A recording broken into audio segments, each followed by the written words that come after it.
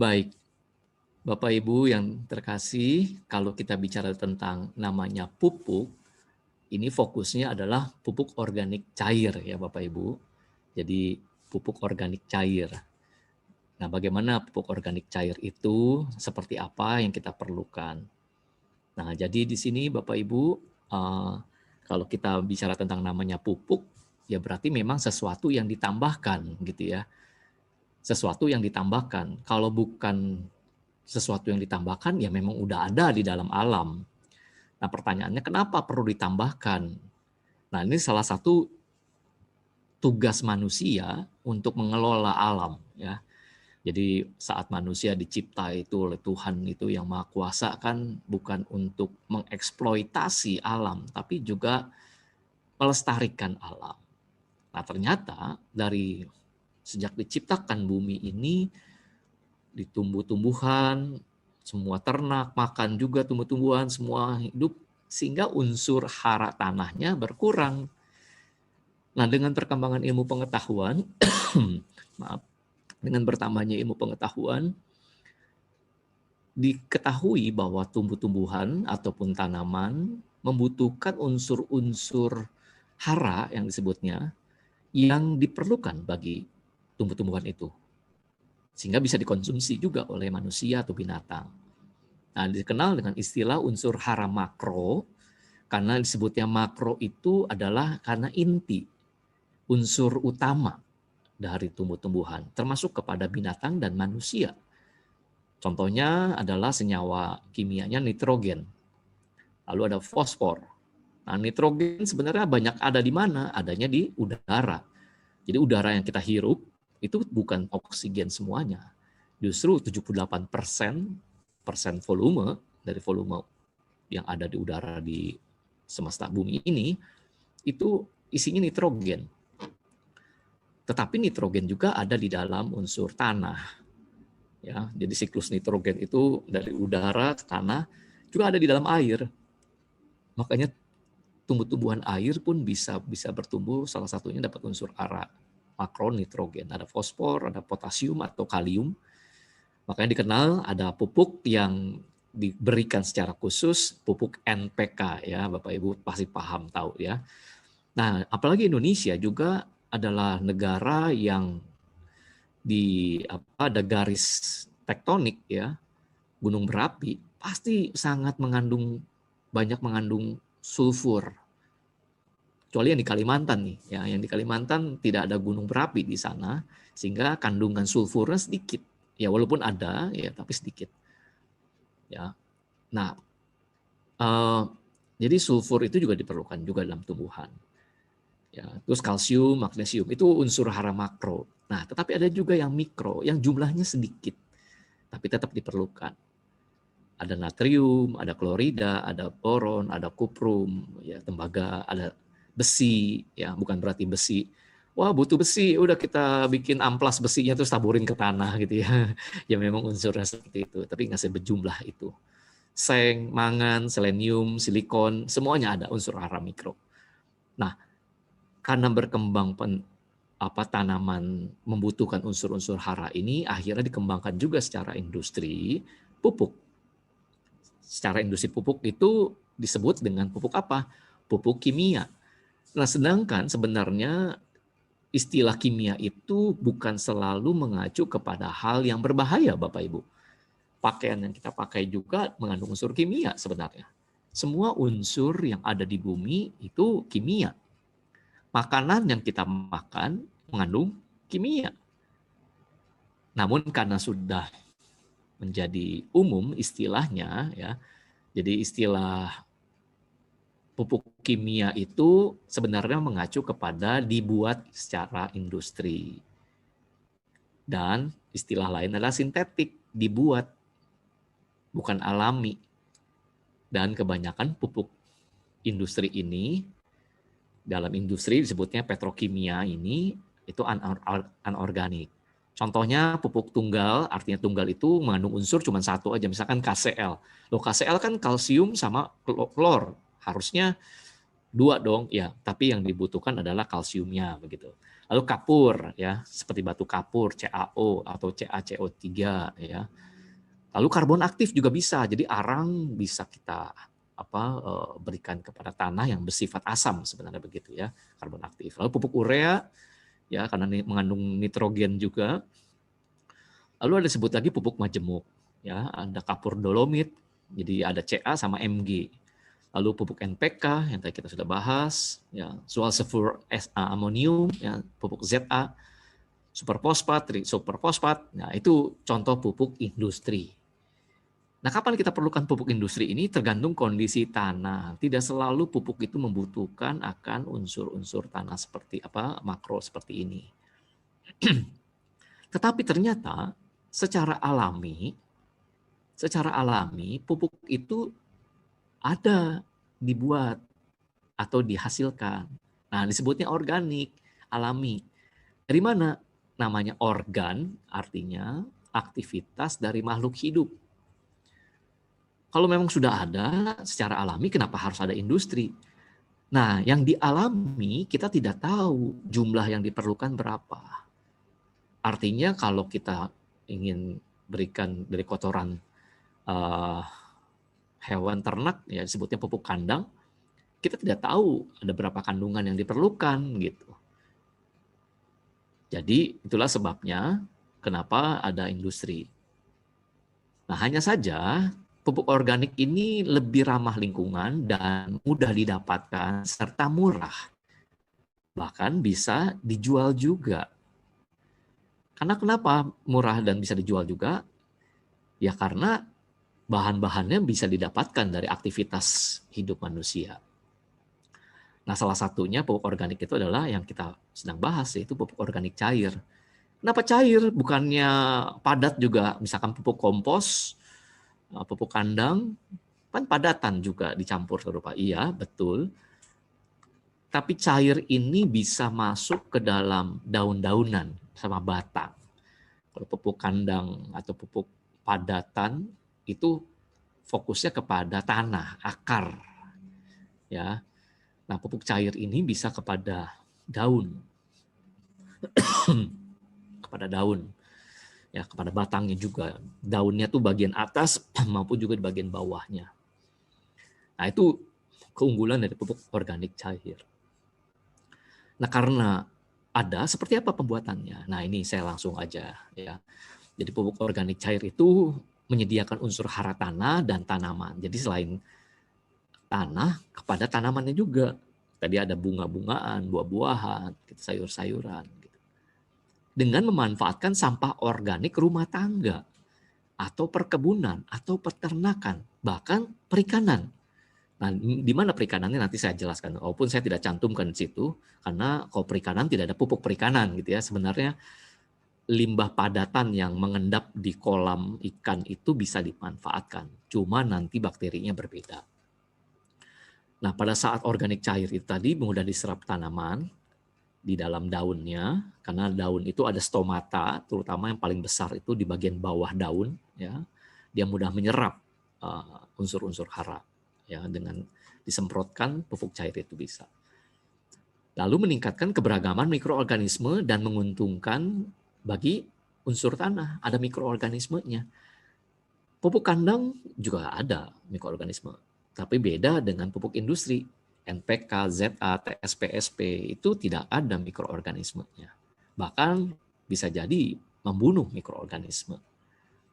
Nah, kalau begitu, bagaimana kita bisa membuatnya? Nah, ada 3 aspek Bapak Ibu sekalian tentang pupuk organik cair.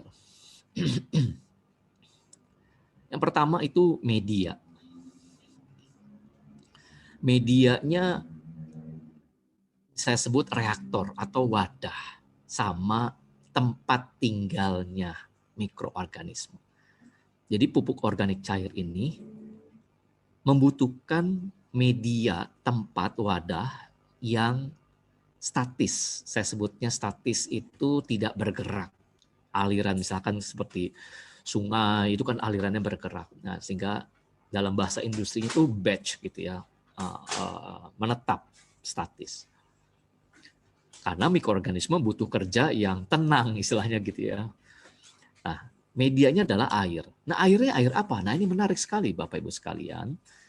Kalau Bapak Ibu, apa terutama ibu-ibu, ya kaum ibu yang mencuci air beras, itu cucian air beras itu berharga, bisa dimanfaatkan. Nah, kadang memang langsung dipakai langsung ke tanah gitu ya Bapak Ibu ya. Ya itu tidak salah ya. Cuma akan lebih bermanfaat lagi kalau diserahkan kepada mikroba. Karena pada saat mikroba itu memanfaatkan yang ada di air cucian beras itu menjadi lebih bermanfaat di dalam unsur tanah. Lalu air bilasan sayur, biasanya kalau kita membilas sayur gitu ya. Nah, tetapi sayur yang tidak menggunakan pestisida yang sintetis ya, jadi yang organik, itu tidak masalah. Itu silakan airnya dipakai. Air bilasan cucian daging ya, daging kambing, sapi itu dicuci atau apa. Nah, air itu dimanfaatkan. Ya, jadi itu airnya. Jadi jenis-jenis airnya. Jangan pakai air ledeng, air pump, PDAM. Kenapa Bapak Ibu? Air PDAM karena di PDAM ya itu menggunakan kaporit. Sama biasanya dalam proses penggunaan pemurnian airnya dari air sungai itu ada bahan-bahan kimia. Misalnya tawas. Ya, tawas itu alumina ya. Al2SO4 ada sulfatnya juga, tetapi sudah diencerkan begitu. Yang paling sekarang pakai polimer juga ya, pakai polimer yang lebih ramah lingkungan gitu. Nah, sehingga ada mengandung unsur-unsur tadi yang merugikan akan mikroorganisme. Jadi jangan pakai air PDAM. Apalagi kaporit ya, membunuh itu mikroba. Jadi air yang biasa kita disebutnya air limbahnya itu dipakai. Air hujan bisa nggak dipakai? Oh bisa, tapi tergantung. Gantung apa? Daerah mana?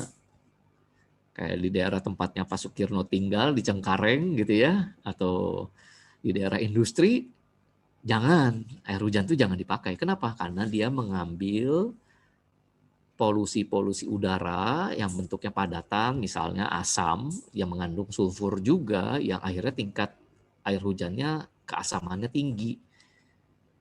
Tapi kalau di daerah yang jauh dari industri, polusi dari kendaraan umum, kalau cuma ada 1-2 kendaraan saja sih nggak masalah begitu ya, sedikit gitu nggak masalah. Air hujan itu bisa dipakai.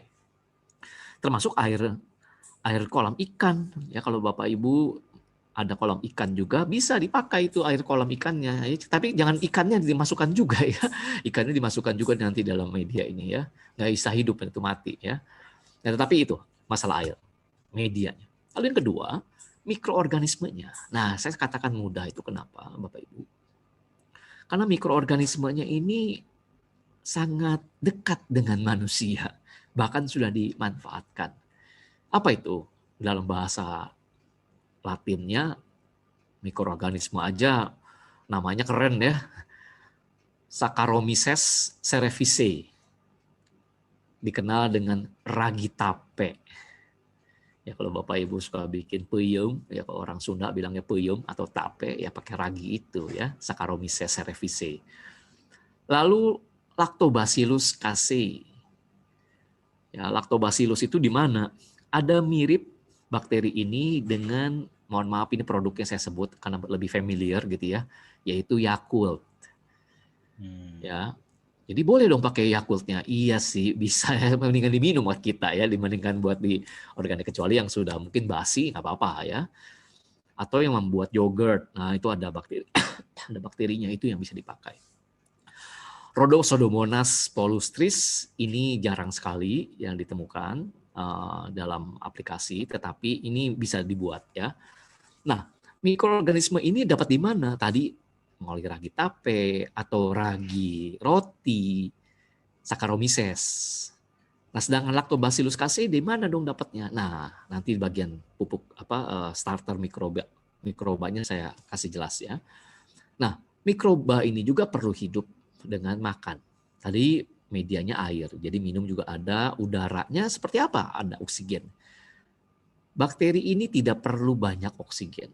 Artinya dengan kondisi yang tertutup, oksigen yang terlarut dalam air pun udah cukup.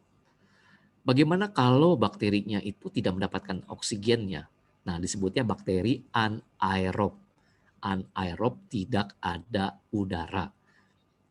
Nah, nanti produksinya berbeda. Dan bakteri yang Saccharomyces, Lactobacillus casei ini lebih baik hidupnya aerob. Tetapi bisa dengan oksigen yang minim. Ya, oksigennya minim. Lalu sumber makanannya apa? Kotoran ternak. Misalkan Bapak Ibu juga piara kambing, apalagi sapi. Wah, itu sapi lebih kaya unsur haranya karena dari rumput. Ya. Lalu sayur-sayuran, misalkan habis motong sayur gitu ya, kangkung, isim, pakcoy, ya, sisa ujungnya kan nggak dipakai. Biasanya kita buang tempat sampah, kan? Orang nggak berguna kok gitu. Atau dikasih ternak juga gitu. Nah, itu bisa kita pakai untuk media. Pakainya seperti apa nanti saya jelaskan seperti apa ya. Jadi yang tidak terpakai. Buah yang busuk, tomat busuk ya. Itu bisa dipakai juga. Kulit buah. Nah, kulit buah bisa. Jangan kulit duren ya. Kulit duren terlalu keras Bapak Ibu ya, dan juga tajam. Nanti terluka lah mikrobanya ya. Mohon maaf garing sedikit ya. Biasanya kalau ngajar mahasiswa saya suka begini. Jadi jangan kulit duren karena terlalu keras. Kulit apa dong yang paling menarik? Yaitu kulit pisang paling bagus. Ya, kulit pisang. Karena unsur pisang di dalam kulitnya juga dibutuhkan juga dalam pembuatan pupuk. Ya itu kira-kira. Kalau kulit nanas bagaimana? Walaupun ada durinya, baik juga ya, nanas itu bisa juga. Tapi perlakuannya kita bedakan ya. Nah, seperti apa prosesnya? Yang pertama, proses pembuatan starter bakteri. Saya sebutnya starter bakteri. Jadi bisa nggak bakterinya kita tidak pakai starter? Bisa, karena secara alami tempat penampungan sampah itu juga banyak bakterinya. Cuman bakterinya beragam, macam-macam, termasuk bakteri yang patogen, merugikan bagi manusia, namanya Escherichia coli. Singkat biasanya E.coli gitu ya, Escherichia coli. Itu merugikan tubuh manusia. Jadi karena kita tidak tahu di tempat penampungan sampah itu jenis bakterinya apa, yang pikirnya kita bisa menguntungkan malah jadi merugikan. Jadi kita khusus, ada yang dijual namanya pupuk EM4. Nah, mungkin Bapak Ibu yang sudah bertani ataupun berkebun sudah paham ini ya, warnanya kuning.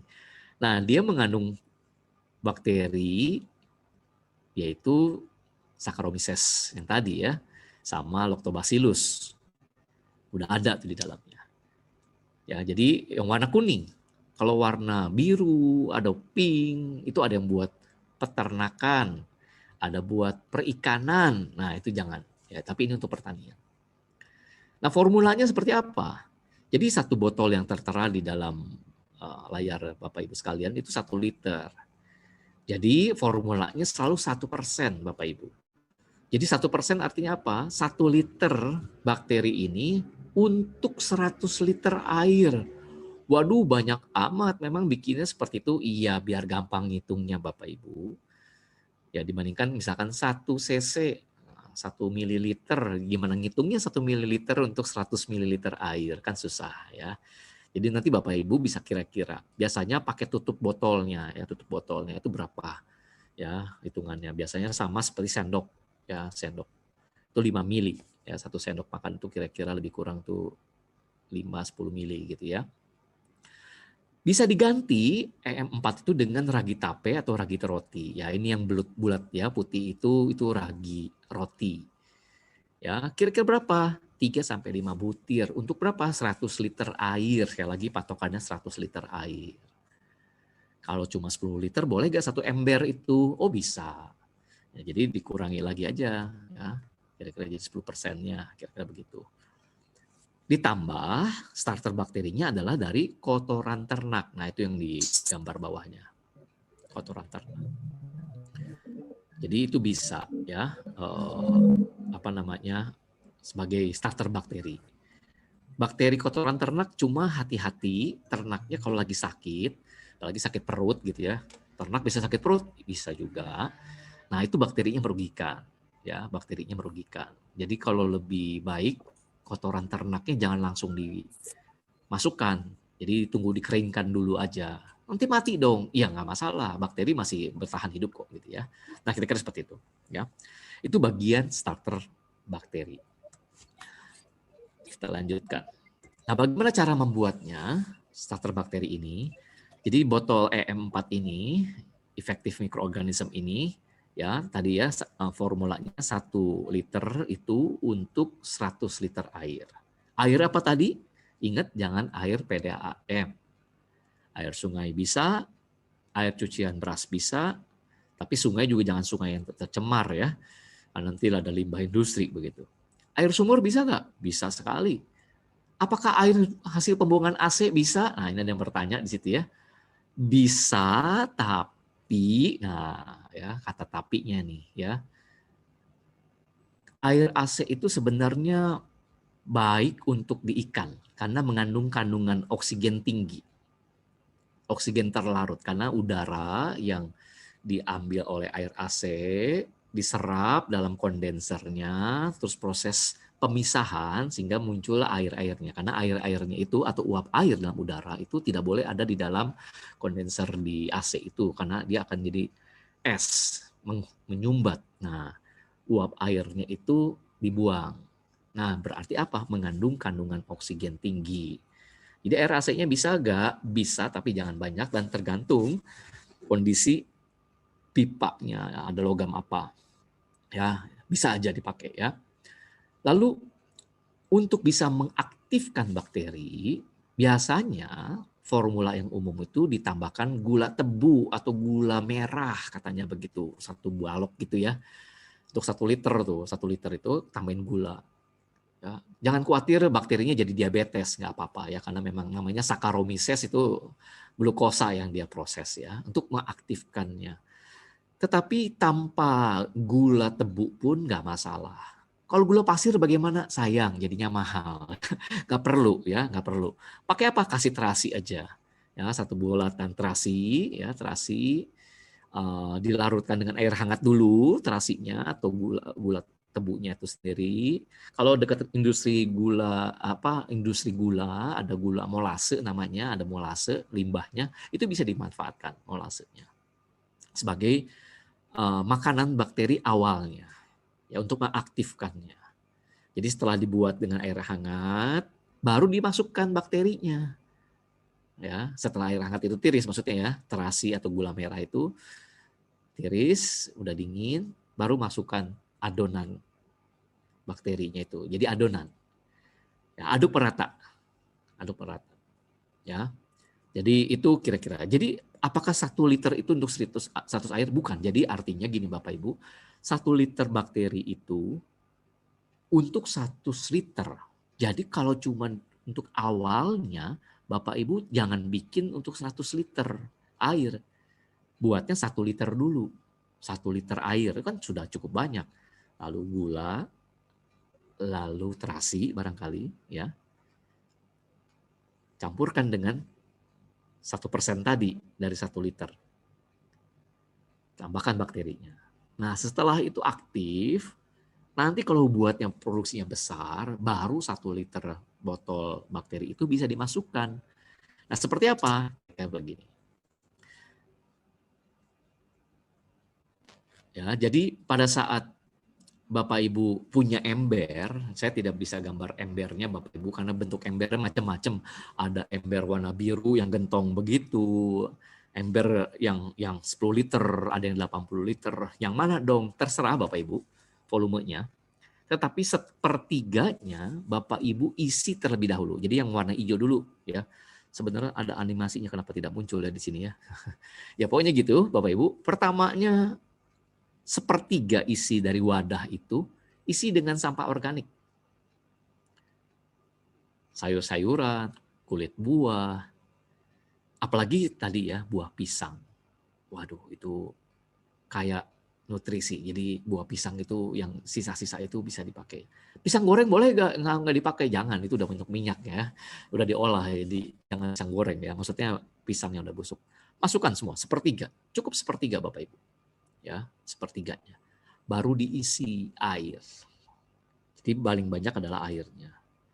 Ya air bebas deterjen ya, yang juga disinfektan. Dari wadah itu cukup 10%-nya kira-kira supaya ada rongga, tetap ada ruangan buat udara sama nanti hasil proses fermentasi. Baru adonan starter bakteri tadi dimasukkan, ya. Jadi setelah semuanya dicampur, ditutup tapi jangan terlalu rapat wadahnya atau bioreaktornya. Jangan diaduk rajin-rajin, biarin aja. Jadi diaduk cuma pertama kali, ditutup, jangan terlalu rapat, biar tetap ada udara yang keluar. Kalau ditutup dengan rapat-rapat, lalu Bapak Ibu lupa lewat dari 3 hari atau 4 hari, nah dia akan menghasilkan gas yang bisa aja bentuk tabung itu akhirnya meledak. Meledak kok. Plastik bisa juga begitu ya, kalau ternyata produksinya besar ya. Jadi biarkan keluar dulu ya, atau pada saat dibuka nanti dia seperti ada bunyi kayak buka minuman soft drink gitu, puk gitu ya. Jangan. Jadi jangan terlalu rapat ya. Karena ini prosesnya fermentasi Bapak Ibu, proses pembuatannya. Dan setelah ditutup itu dibiarkan 3 sampai 4. Kenapa 3 sampai 4? 4 hari supaya bakteri tadi bekerja, mengolah, bertambah biak dulu, berkembang biak dulu. Ya, 3 sampai 4 hari. Karena bakteri itu hidup berkembang biaknya kira-kira membutuhkan waktu 3 sampai 4. Sambil dia makan dikit-dikit. Nah, setelah hari keempat itu baru dibuka tutupnya.